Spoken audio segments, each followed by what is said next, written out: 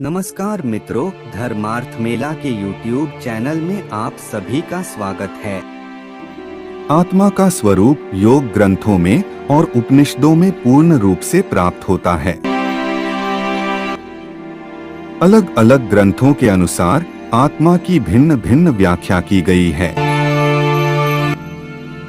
यहाँ पर हम श्रीमद् भगवद गीता के अनुसार आत्मा का स्वरूप जान रहे हैं। कुरुक्षेत्र में जब अर्जुन सगे संबंधियों को देखकर मोहग्रस्त हो जाते हैं,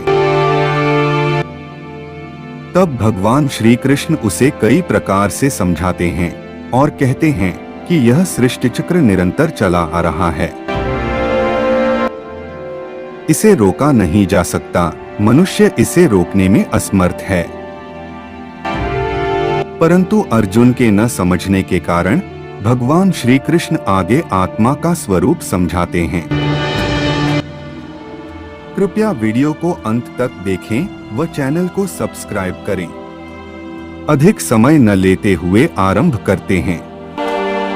आत्मा अविकारी है, अर्थात जिसमें विकार नहीं है। जैसे पानी में दूध या जहर मिलाने से उसमें विकार उत्पन्न हो जाता है, परंतु आत्मा में किसी को भी नहीं मिलाया जा सकता और न आत्मा किसी में मिलती है। आत्मा को ना काटा जा सकता है, ना जलाया जा सकता है, ना भूमि में दबाया जा सकता है और ना ही डुबोया जा सकता है। आत्मा अविनाशी, अविचल, अजर और अमर है। यह सृष्टि ईश्वरीय नियमों के अनुसार चल रही है। मनुष्य इसमें फेर बदल नहीं कर सकता। बच्चा जन्म लेता है तो उसका बालपन, जवानी और वृद्धावस्था अपने आप आती है और वह अंत में मरता भी है तथा मरकर पुनः जन्म ले लेता है। इसी तरह यह क्रम चलता ही रहता है, जिसे रोका नहीं जा सकता। इसलिए ज्ञानी जन किसी के लिए भी मोह नहीं करते। इसी क्रम में भगवान श्री कृष्ण आत्मा के स्वरूप के विषय में बताते हुए अर्जुन को समझाते हैं कि यह एनम वेत्ति हंतारम यश्चैनम मन्यते हतम उभौ तो न विजानीतो नायम हंति न हन्यते। अर्थात जो पुरुष इस आत्मा को मारने की सोचता है तथा जो इसको मरा हुआ मानता है, वे दोनों ही यह नहीं जानते कि यह आत्मा वास्तव में न तो किसी को मारती है और ना ही किसी के द्वारा मारी जा सकती है। आत्मा का स्वरूप बताते हुए भगवान श्री कृष्ण आगे कहते हैं कि न जायते म्रियते वा कदाचि नायम भूत्वा भविता वा न भूयः अजो नित्यः शाश्वतोयम पुराणो न हन्यते हन्यमाने शरीरे। अर्थात यह आत्मा ना तो किसी काल में जन्म लेती है और ना मरती है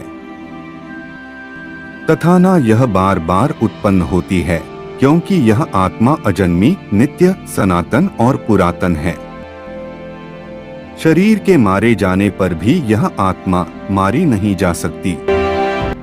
यह आत्मा सदा अपने ही रूप में रहती है। उत्पन्न होना, अस्तित्व में आना, बदलना, घटना, बढ़ना और नष्ट होना, ये शरीर के धर्म हैं, आत्मा के नहीं। जो भी पदार्थ उत्पन्न होगा उसमें ये 6 स्थितियां अवश्य आएंगी।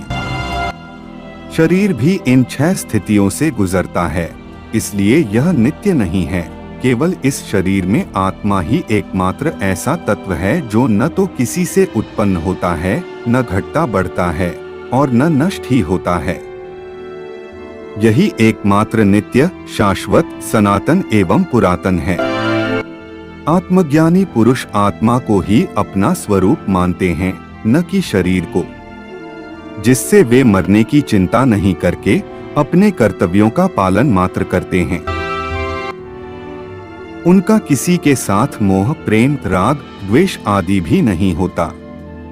ऐसे पुरुष वास्तविक जीवन जीते हैं, अन्य तो अज्ञान में ही भटकते रहते हैं। भगवान कहते हैं, वासांसी जीर्णानि यथा विहाय नवानि गृह्णाति नरो प्राणी तथा शरीराणि विहाय जीर्णा न्यन्यानि संयाति नवानि देहि।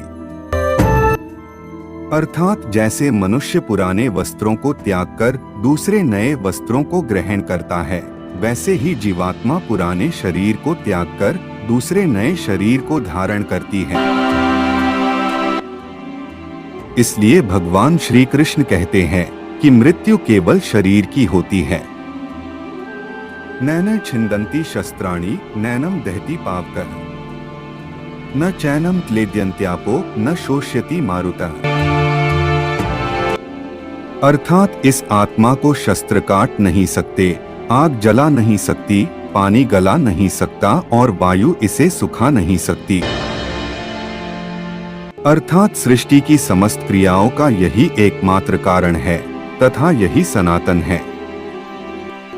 यह आत्मा अव्यक्त है, यह आत्मा अचिंत्य है और यह आत्मा ही विकार रहित कही जाती है। हे अर्जुन, तुझे शोक नहीं करना चाहिए। आत्मा शुद्ध चैतन्य स्वरूप है जिसमें कोई विकार नहीं है। यह आत्मा एक शुद्ध चैतन्य शक्ति है जिसमें कोई विकार नहीं है। उसकी चैतन्य शक्ति से शरीर की सभी क्रियाएं संचालित होती हैं। इस शक्ति का जब जड़ प्रकृति से संयोग होता है तो सर्वप्रथम मन व बुद्धि का विकास होता है। इसी से तरह तरह की वासना की उत्पत्ति होती है जो जन्म एवं पुनर्जन्म का कारण बनती है। अतः जन्म और मृत्यु केवल शरीर की होती है, आत्मा की नहीं। भगवान श्री कृष्ण के उपदेश जो कि अर्जुन के प्रति हैं, जिनमें स्पष्ट हो जाता है कि जब तक शरीर में आत्मा है तभी तक शरीर क्रियाशील होकर उसके सभी कार्य संचालित होते हैं।